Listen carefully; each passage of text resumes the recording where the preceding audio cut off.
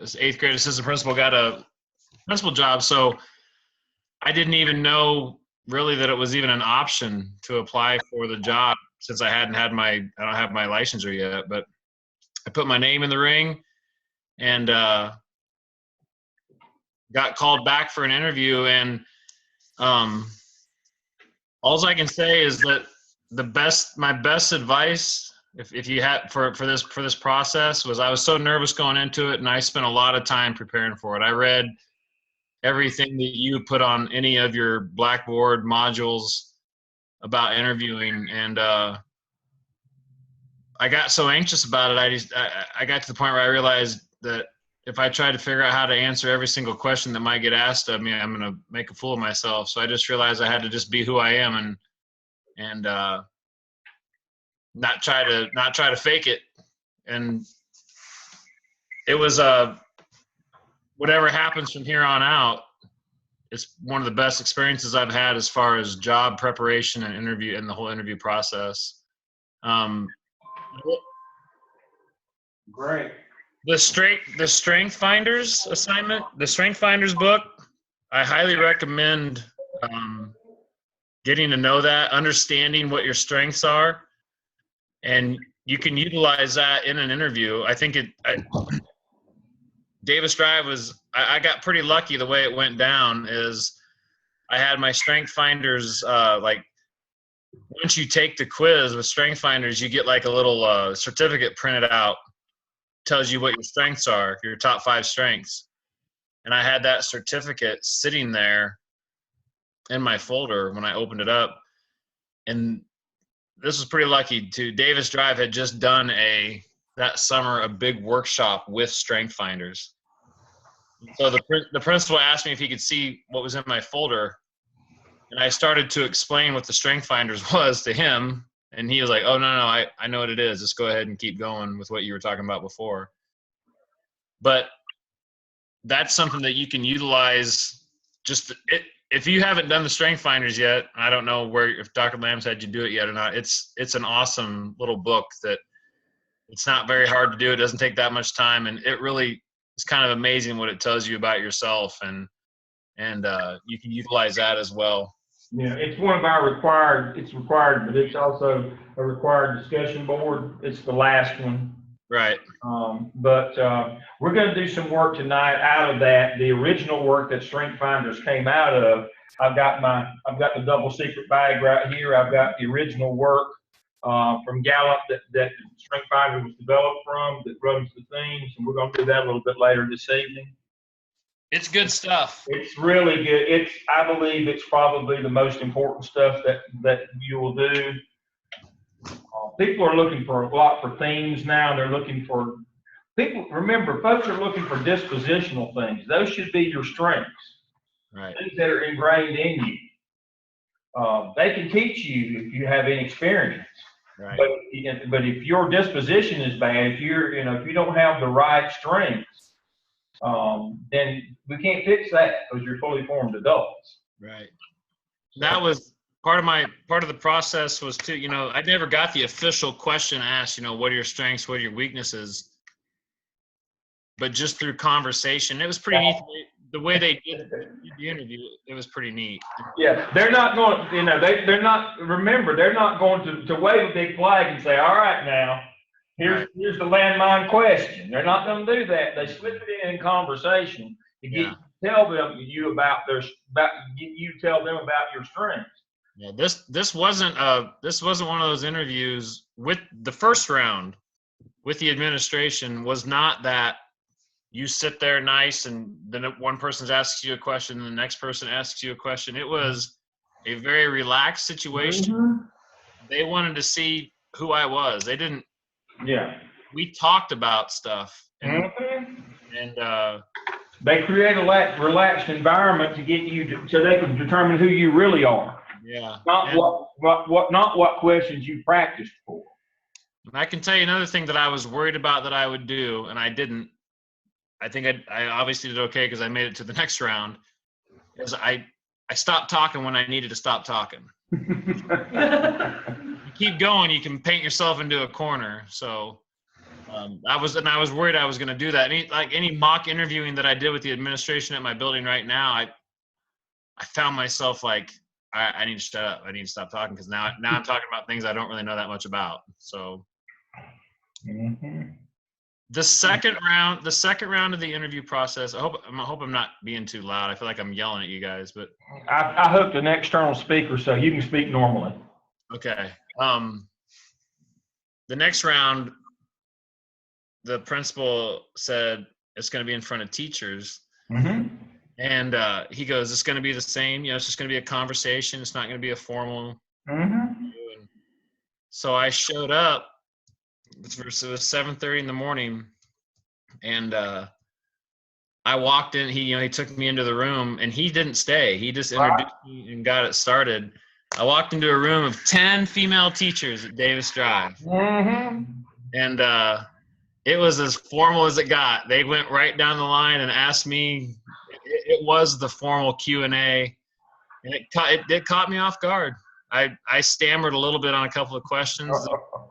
The question but I was able to be myself and relax and have some fun. But one question that it really disappointed. I was disappointed in myself for not being ready for was someone asked me what kind of new ideas, innovation, because Davis Drive's a top-notch middle school, and they're always thinking outside the box there.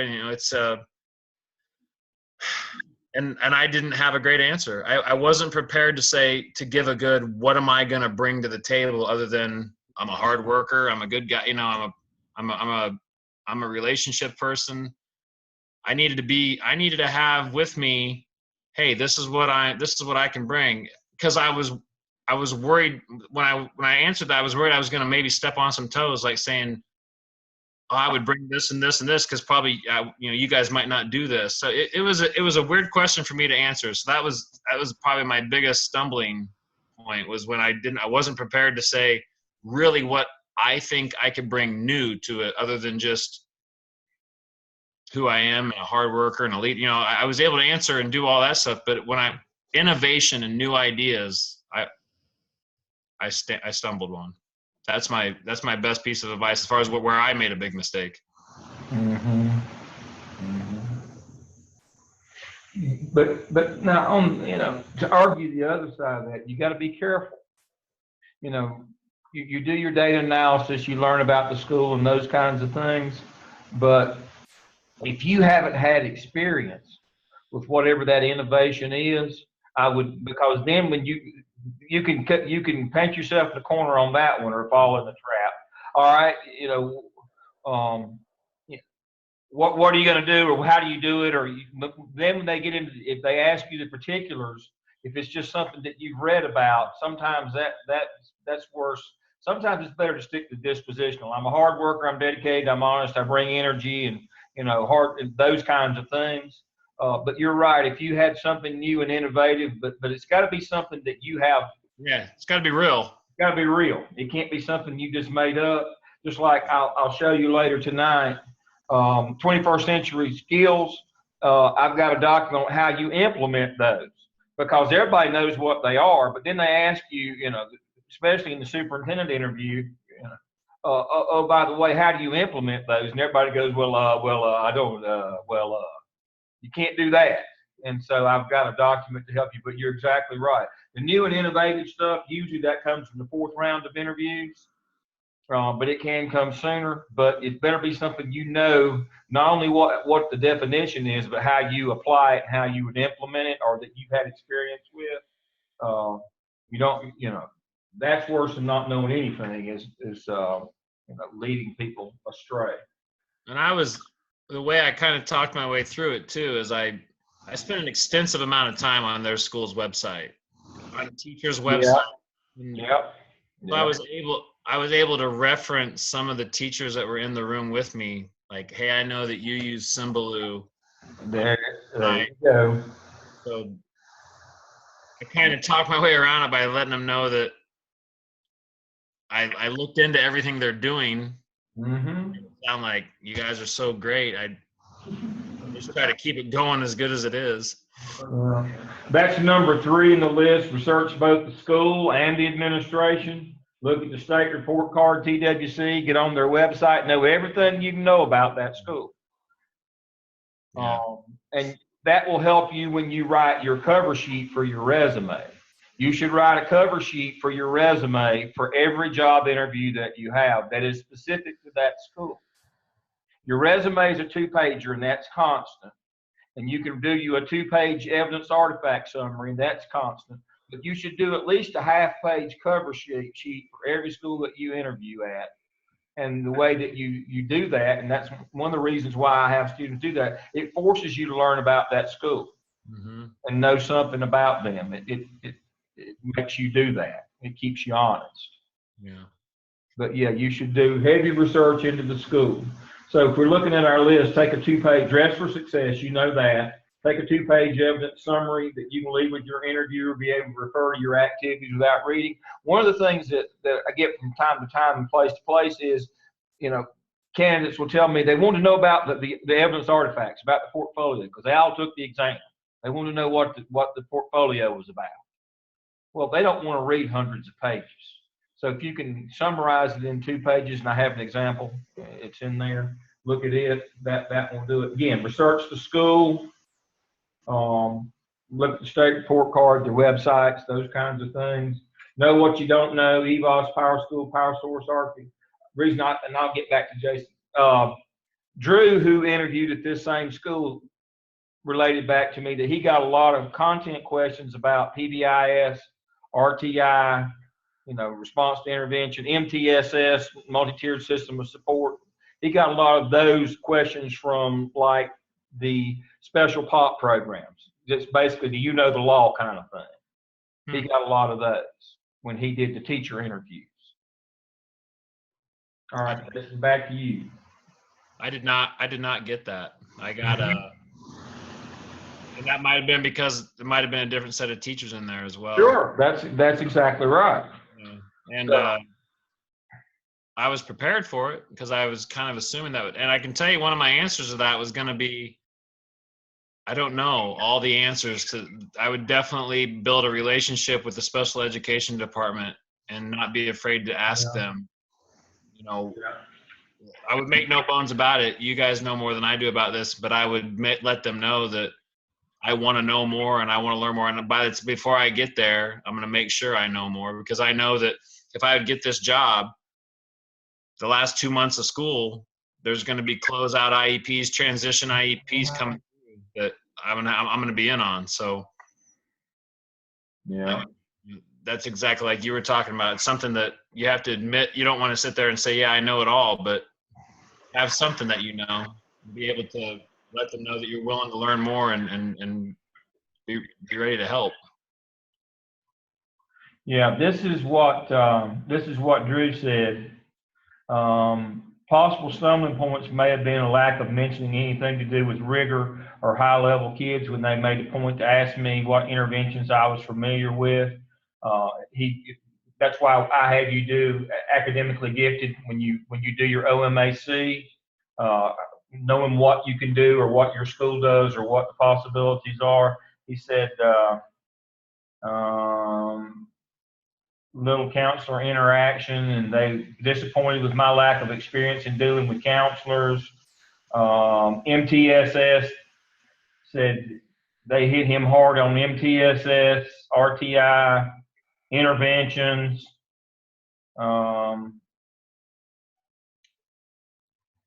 PBI, the acronym stuff. Right. They hit him hard. But this was in teacher interviews. So I'm guessing different teachers asked different things. That was probably a special ed teacher that was asking him those questions. And he said he had a counselor in his group, and they seemed disappointed that he hadn't had more counselor interaction. So when he had his group interview, do you have a counselor in yours? In my first interview, the 8th grade counselor was in it. Yep, that was the one. He said that they were disappointed that he hadn't had more experience working with a counselor. And the counselor that was in there is North Carolina's representative of Counselor of the Year. She's the She went to Washington D.C. to get her award. She's the. Yeah, that would not go well with. And I knew that going in. So the first thing I did was shake her hand and congratulate her. Yeah, well, there you go. You're in like playing. Exactly right. That put that at number 11. Yeah, exactly. Well, I kind of exactly. That's number 11. Make sure you know somebody got an award. The people are going to be in there doing the interview. It's kind of like, it kind of goes along with number 5. Have a humorous anecdote about how you were able to turn a negative into a positive. You want to be seen as human. You know that you want to create you want to make some kind of an emotional connection. Whether you congratulate somebody or tell a funny, you're trying to initiate, an emotional connection. Right. At these interviews, whether it's principal, whether it's group, that's the key, is in some way initiate an emotional connection. And once you congratulated that counselor, you were in like playing. Yeah. You created that emotional link during this during this process, and that's a big deal. Right. I guess tonight, we won't get to it tonight, but we will later. This strengths and weaknesses strength finder. That's what Jason was talking about. That's why I have that one in there. That's really big in interviewing, is knowing your strengths and weaknesses. And strength finder will help you with that better than anything else. That's why I require it for this course. It's just cool anyways. Yeah. It's almost kind of spooky because you read it and it. I read all the results out loud to my wife, and she was just like, I mean, it really is. If you answer the questions are interesting too. Like when you take the little online quiz, if you haven't done it yet, it's neat. Yeah. When you buy the book, the new books, they have the quiz, the key codes already in it. If you don't, you can buy the test online for like $8. And so, well, that comes up a little bit later this semester. So we'll get you online. You can lead us through that. Yeah, it's cool. And be prepared to discuss hours and responsibilities. Honestly, they talk to you about hours or? Yeah, he was a real Rick Williams, the principal at Davis Drive, what was neat about him when he was setting up these interviews with me, he asked me, like for the second round interview, he kept asking me questions like, what are your responsibilities at school first thing in the morning? What are your duties? Yeah. What's your responsibility for getting your own children to school? And I finally just said, well, what are you thinking? And he said, well, I was hoping to interview at 7:30 in the morning. And I go, I'll be there at 7:30 in the morning. So it's a place that was pretty awesome because he realizes that he's a family man himself, and he knows that to a certain extent, I think he was kind of trying to get a feel for me as like, am I a family man as well?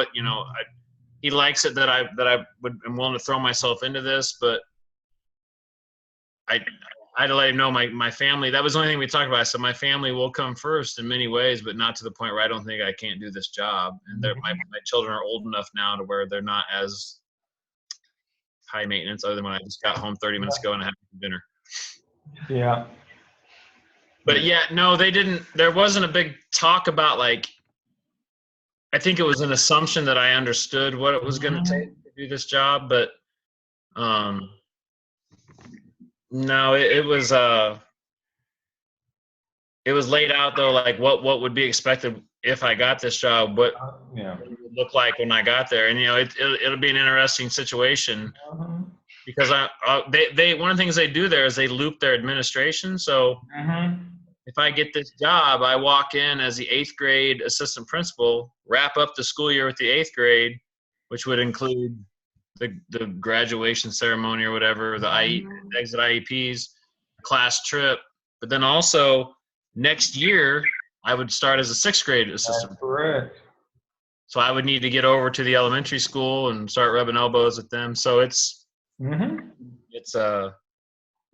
yeah.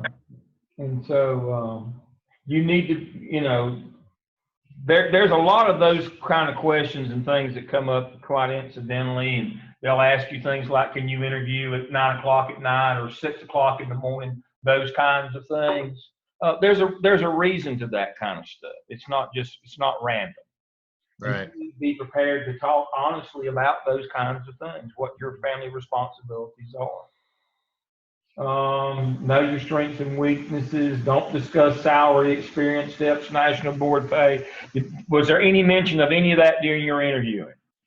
Only he wanted to make sure, because Wake County's kind of unique the way things work, but he wanted to make sure that I understood, like, he wanted me to make sure I did my homework on the pay side of things. He didn't want me to accept this position and for some weird reason get paid less or something like that. So he encouraged me to make sure that.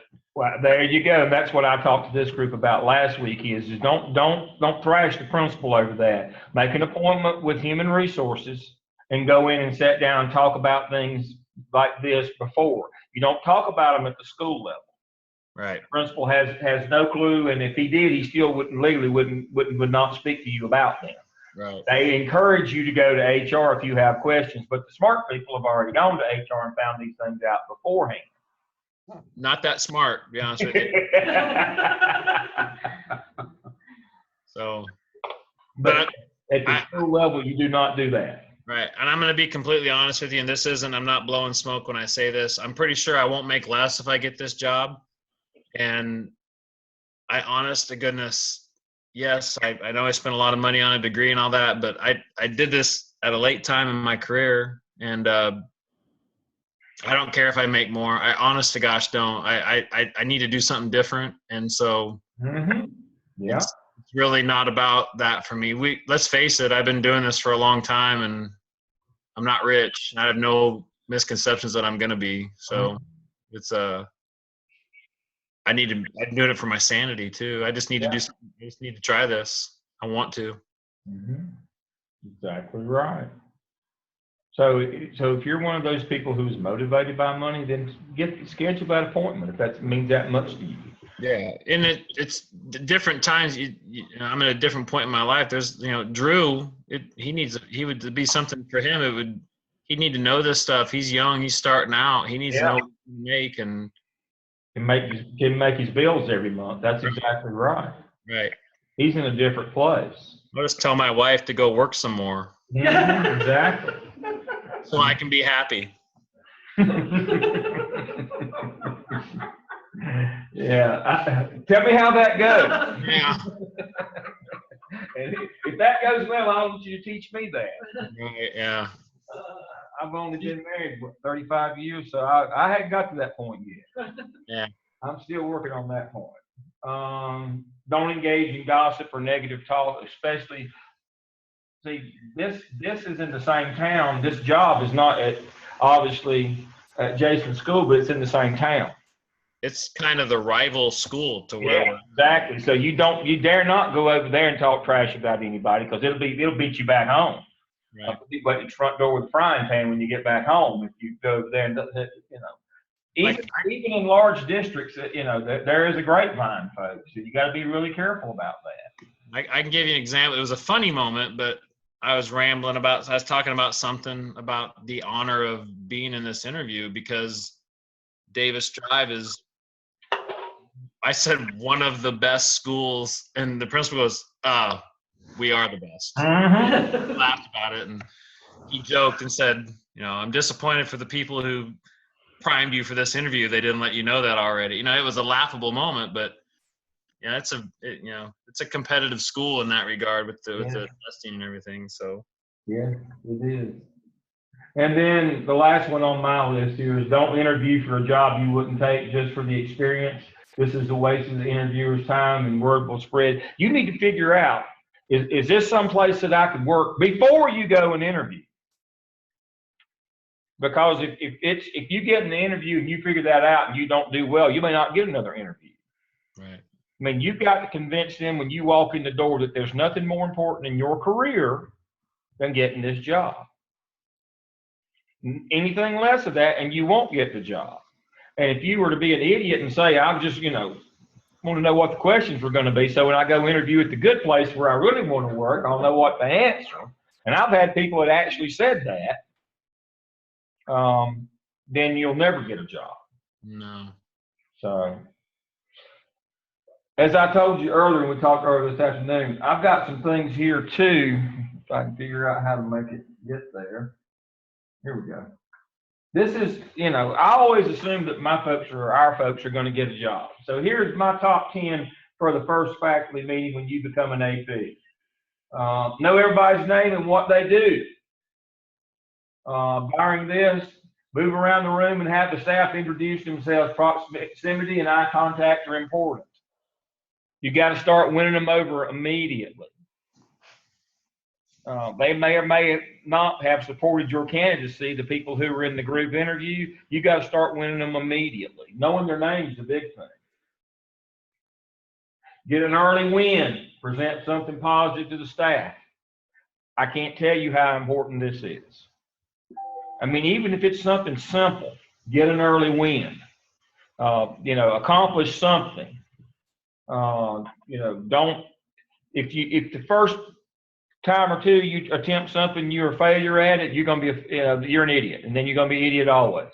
And even when things go well, it was just luck. Blind hog finds an acorn every once in a while kind of thing. You got to have an early win, even if it's something easy. So here's the trick.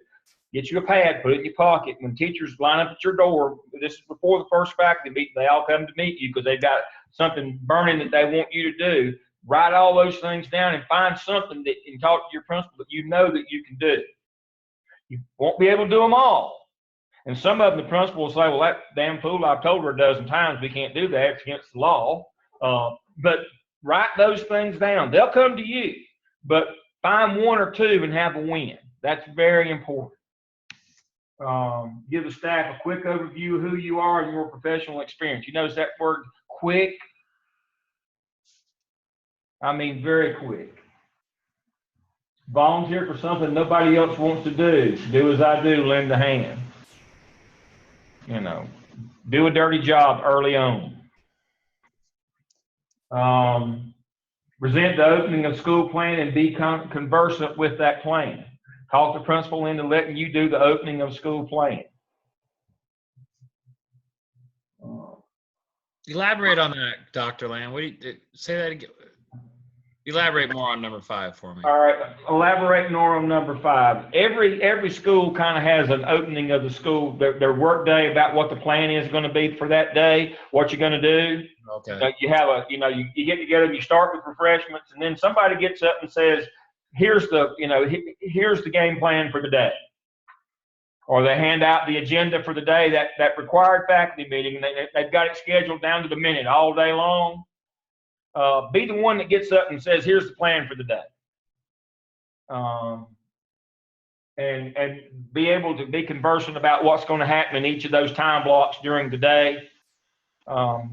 You should volunteer. It's a 2-minute task, but you're already seen as being part of the leadership and part of the team if you do that. Very symbolic. Okay. That's one of those symbols of leadership that you shouldn't pass up on in your first faculty meeting as your first time as an AP.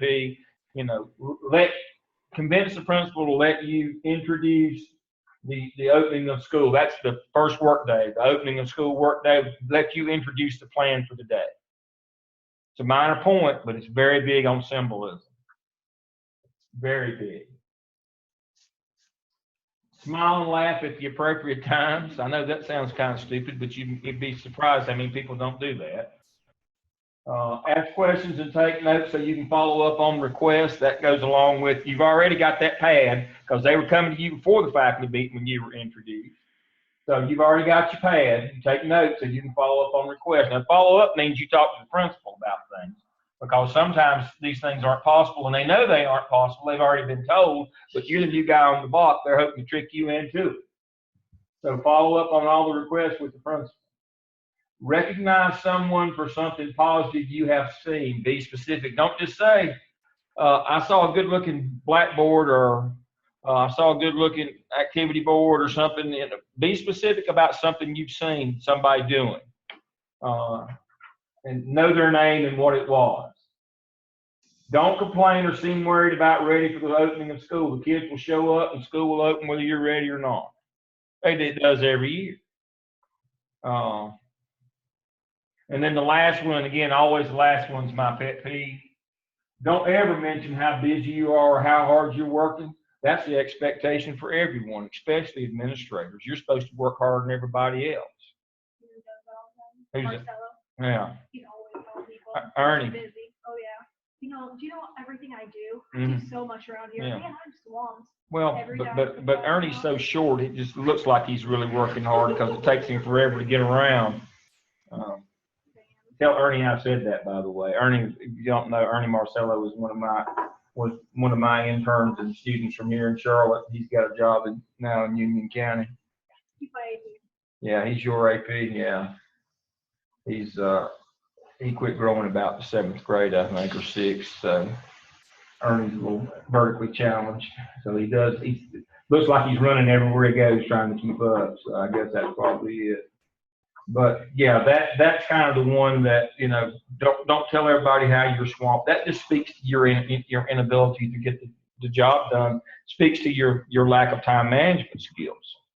And let me kind of riff on that one for just a minute, and then we'll move on. Time management is not just about scheduling out your day. It's about deciding what in your day is important. Most people stay busy all day, but they stay busy doing things that they're not important to the organization. And I refer to that as holding the pig. They spend too much time holding the pig rather than doing the things that they need to be doing. And so people who are forever behind and complaining about how busy and behind they are have time management problems. And not just the actual time blocks, but what they're doing with their time. My holding the pig story is a long one, but I'll give you the Reader's Digest condensed version. Fellows holding the pig up, farmers holding the pig up to the crabapple tree so the pig can eat the apples off the tree. And I asked the farmer, why don't you just pull the apples off the tree and throw them on the ground and save a lot of time? And he says, well, you damn fool, what's time to a pig? Not really understanding that it's his time and how he's choosing to use his time. So in the business, when we speak about somebody holding the pig, they're not using their time wisely. Yes, they're busy, but they're not choosing the appropriate things to do with their time, and that's why they can't get it all done. And as I told you before in CMS, I used to have to go out and say to principals, what were you doing that we weren't paying you for that kept you from getting to all the things that we were paying you for? These things are due every month. Why do I not have them?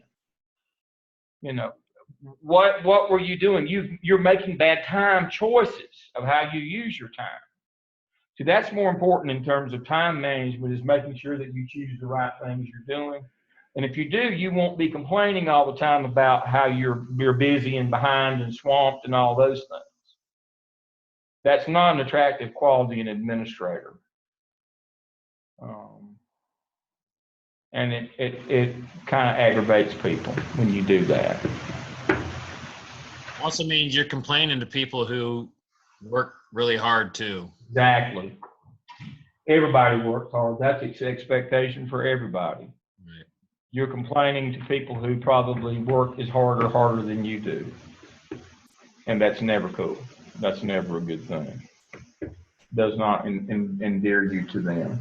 So these are my overview for overall. Now I want to break out into specific.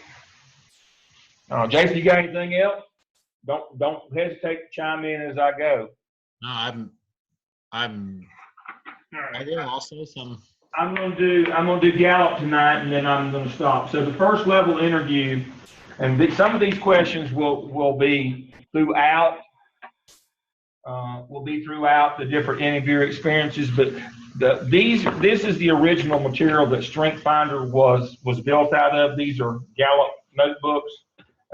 The first level interview in Charlotte-Mecklenburg used to be this, and now it's a little bit different, but it mirrors this, where they're trying to figure out what your strengths are, and do you have the proper character dispositional traits. And so let me read you the themes or dispositional traits that we're looking for in a principal. And this sometimes is used as the first level interview to kind of weed out the ne'er-do-wells. They don't get into the applicant pool. So here are the things that they're looking for. These are the theme definitions: commitment, ego drive, achiever, developer, individualized perception, relator, stimulator, team, arranger, command, discipline, and concept. Those are the 12 things that they're trying to determine about you when they're doing these interviews. And they have 60 specific questions. Now, I can't show you this because it's copyrighted material. But here are the questions. Now, they do these questions, they either do them face-to-face or over the phone. I did Dr. Robertson's perceiver. I'm the one that hired him. I did his Gallup interview and got him and recommended him for a principal job. I was perceiver and he was the applicant. That's been a long time ago. And so we do these in rounds of 12 questions. There's 5 rounds of 12. You got to score 44 or higher to get into the applicant pool. But here's the trick. There is also a landmine question in each of the 12. And if you misanswer or answer incorrectly the landmine question, you don't go to the next section. So that's the way this is done. So here we go. Do you have a lifelong commitment to education? That's really simple. That's a yes. What have been your educational experiences? How well did you do? You know, what's the appropriate answer here? Whether it's true or not, what's the appropriate answer? Yes, I was top student. I finished first in my class. We don't want to hire people that just scuffle through and said, school really wasn't for me, didn't really work, unless you're some kind of an alternative program where that's what they're looking for. But in a traditional school, we want people who understand and who have been successful in that process. Do you seem to have more energy than other people?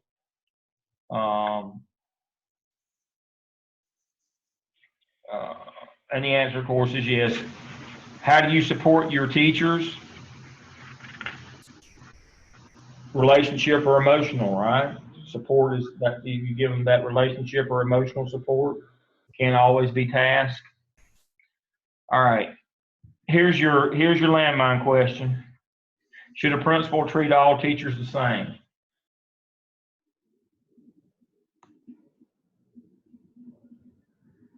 Come on now. Are you waiting for somebody to answer? Yeah. I say no. I've already been in an interview. Yeah. Lorraine said no. She said no, you shouldn't treat everybody the same. And the answer, of course, is no. I would say no, yeah. What do we teach you in situational leadership? You know, High task or low relationship, low task, high, all those different combinations of how you treat people according to how mature they are. We went over that document last week. That's what that's about. And everybody's different, and you have to apply different levels of task and relationship behaviors. Eventually, you would like to get to the point where it's high task and high relationship for everybody, but you're not going to find people that way. So no, you can't treat everybody the same. If you do, it's going to not go well for you. So that's the landmine question in this group. And then they're going to ask you things like, how concerned are you about the personal problems of teachers? You are. Is it easy for you to put thoughts into words? Yes.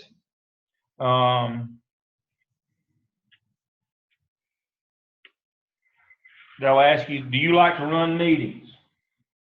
These are dispositional things that they're looking for your dispositional things, weakness. And if you say, no, I don't like to run meetings, that means you're not a good communicator.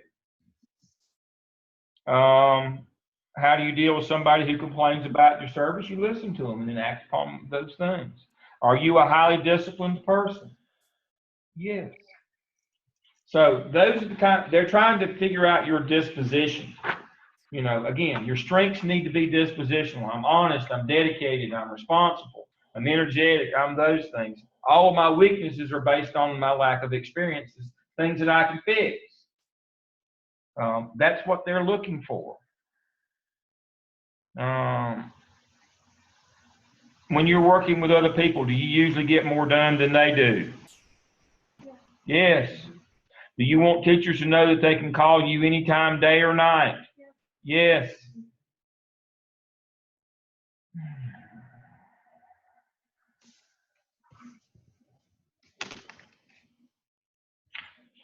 Okay. That is the landmine question for this group. Do you want your teachers to know they can call you anytime, day or night? That one's got a double star beside it. So if you answer that one, God, no, I don't want them to call me day or night, we're not interested in you. That's your landmine question there. How would you describe the tempo in your life? Fast. Do you like contests? Yes. Do you sometimes get tough with people? Yeah. Can you laugh at your own weaknesses? Yeah, that's why I said have a funny anecdote about how you turned a negative into a positive. That's a big one. Okay, here's the drop dead question. Are there certain beliefs about which you have no intention of ever changing your mind? Change mine. It's yes. That's a yes. Read the question again. Let me read the question again. Yeah. Are there certain beliefs about which you have no intention of ever changing your mind? What would an example be that? All kids can learn. You believe that? Would you ever change your mind? Yes, they are. Yeah. But they're looking for people who, to their core, have the values of the organization. That just because the tide's against them or teachers, that they are true believers. It's almost like Amway salesman. You got to be a true believer. Against all evidence and all information, you got to be a true believer. Even though you know that you got the short end of the stick on pupil assignment, you got to be a true believer.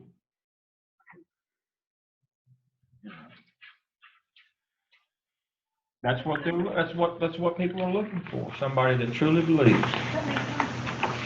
All right. Here's the drop dead question on this one.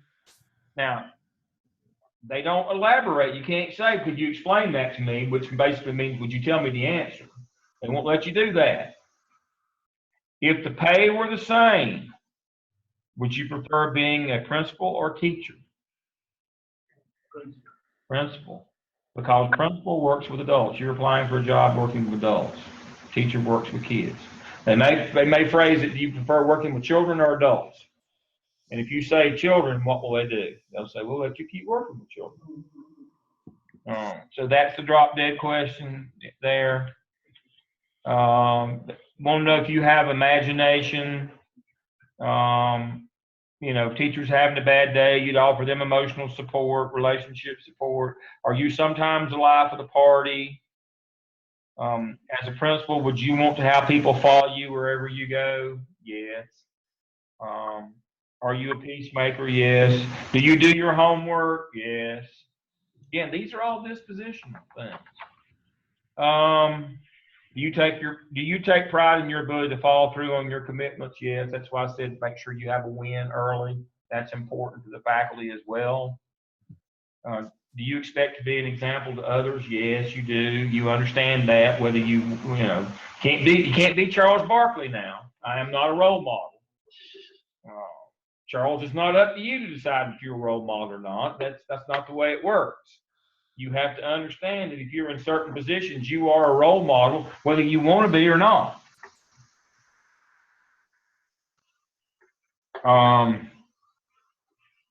What's the responsibility of the school when it hires a teacher? Make them successful. You got a teacher who comes to school regularly 7 or 8 minutes late. What do?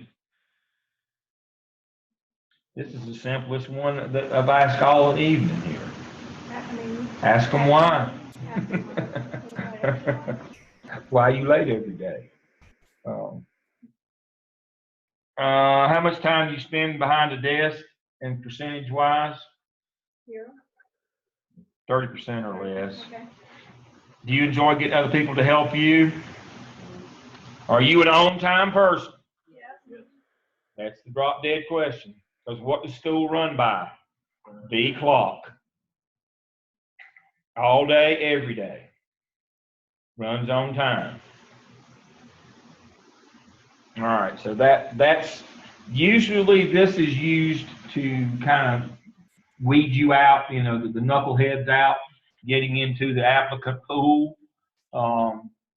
It finds out if you have the proper disposition to do this job, to do an administrative job. It can be used. These kinds of questions are used for AP and for principal interviews. Because what a lot of people have finally figured out now is we need to put the APs through a similar process, because who's going to become our principals? The APs. And so these are the kinds of things they're looking for. Again, your strength should always be dispositional, because those don't change. Your weaknesses are based on inexperience, because those can change. I can't drill that in you enough, because that's just the way that works. All right, so that's our lesson for tonight. Next week, I'm going to pick up with the other types of interviews that we have. Lorraine gave me a data set tonight, and I want to look more at that thing and delve into it a little bit more. I can explain it, and we talked about it earlier. Yeah, I can explain it, most of it. Yeah, basically, we can look at that right quick.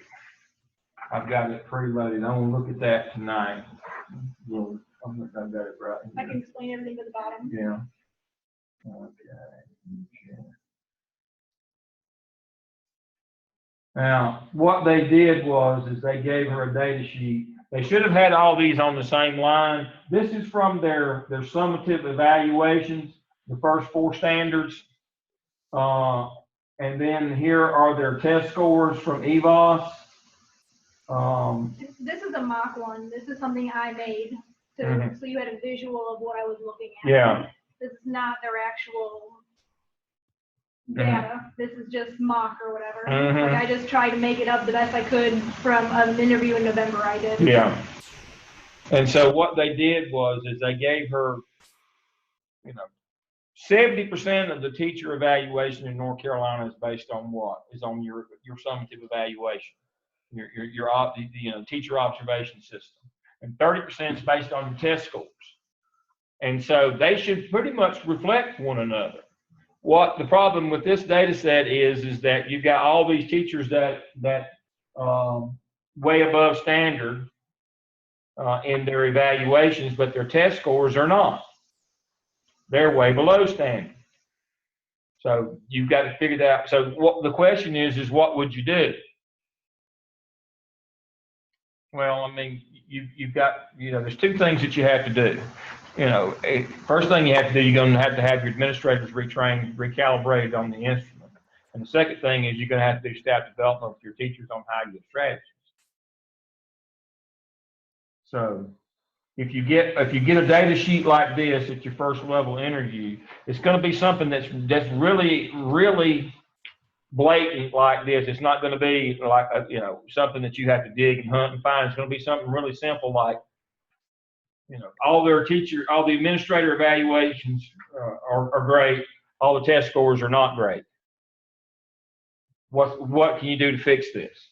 Recalibrate, make sure that your folks doing the observations, that there's inter-rater reliability, and they get retrained, and make sure that they know what the standards are. And the second is obviously your teachers aren't using ideal strategies. You're going to need to put staff development in for them. It'd be something that simple kind of thing. So that's part of that. So we've covered the feedback that Drew gave me. They hit him hard on special services, EC, 50 AG, intervention kids, MTSS, all the special populations. They asked him a lot about special pop. Jason told you what they asked him tonight.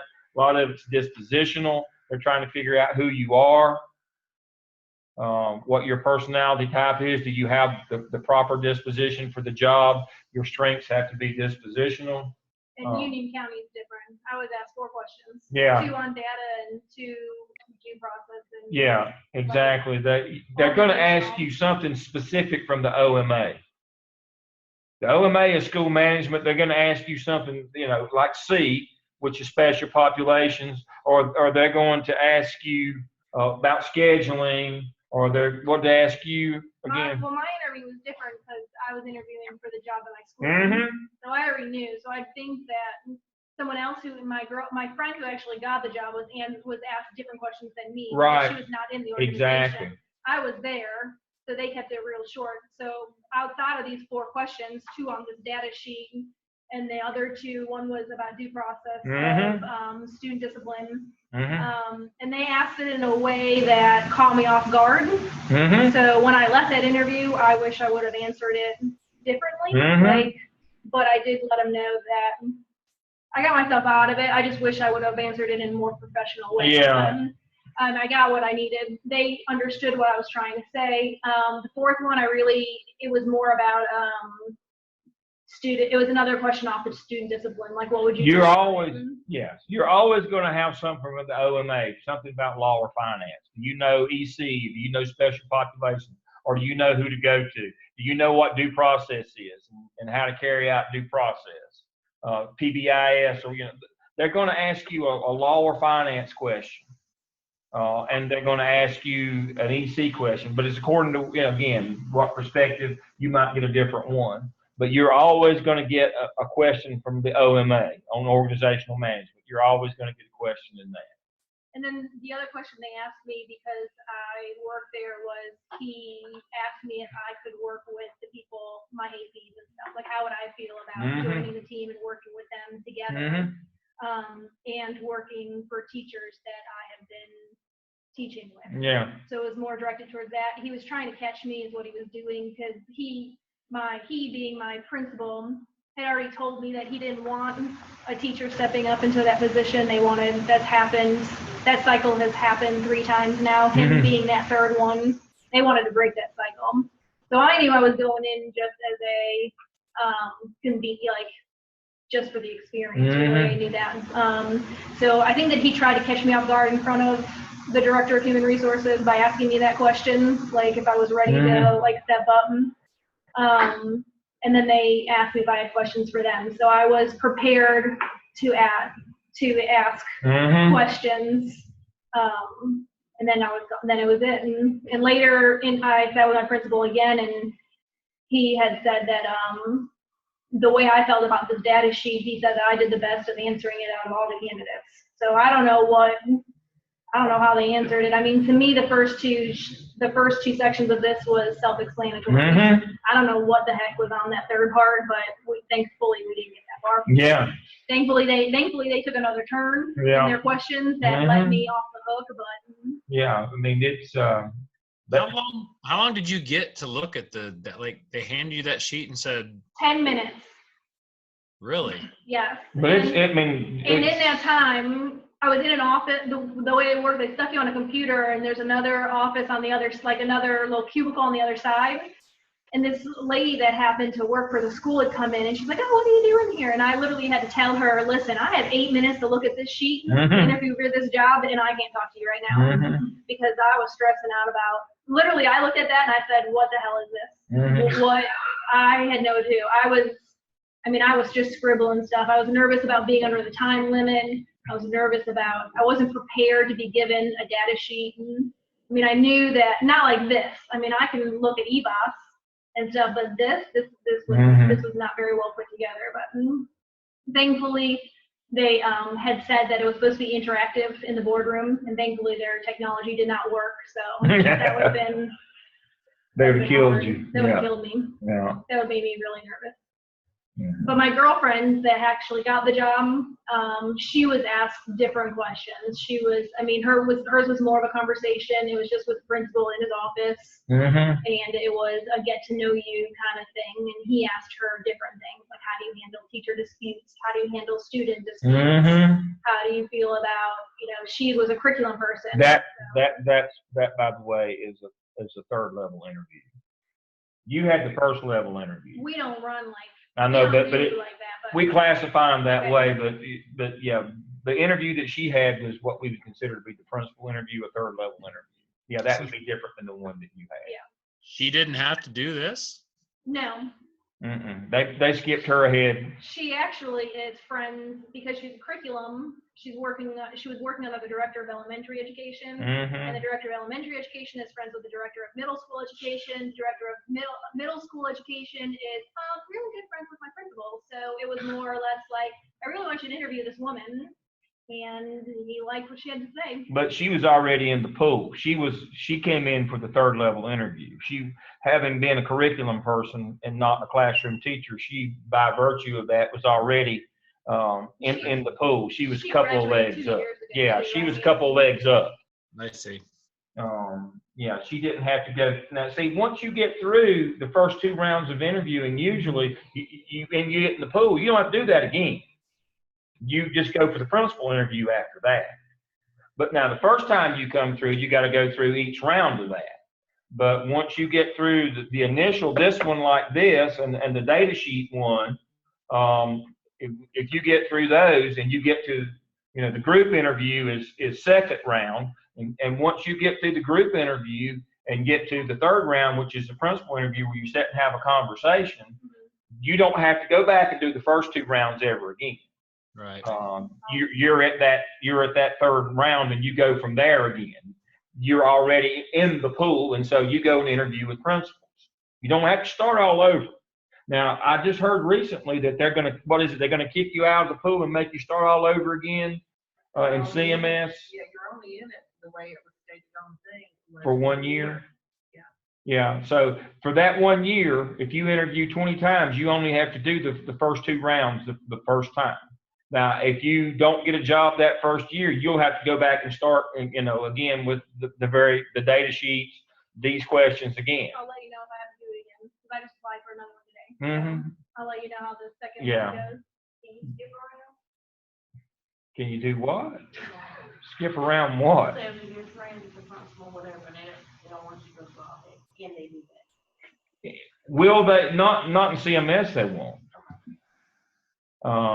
Smaller districts where they don't advertise the process, and they can do whatever they want to do in terms of manipulating that.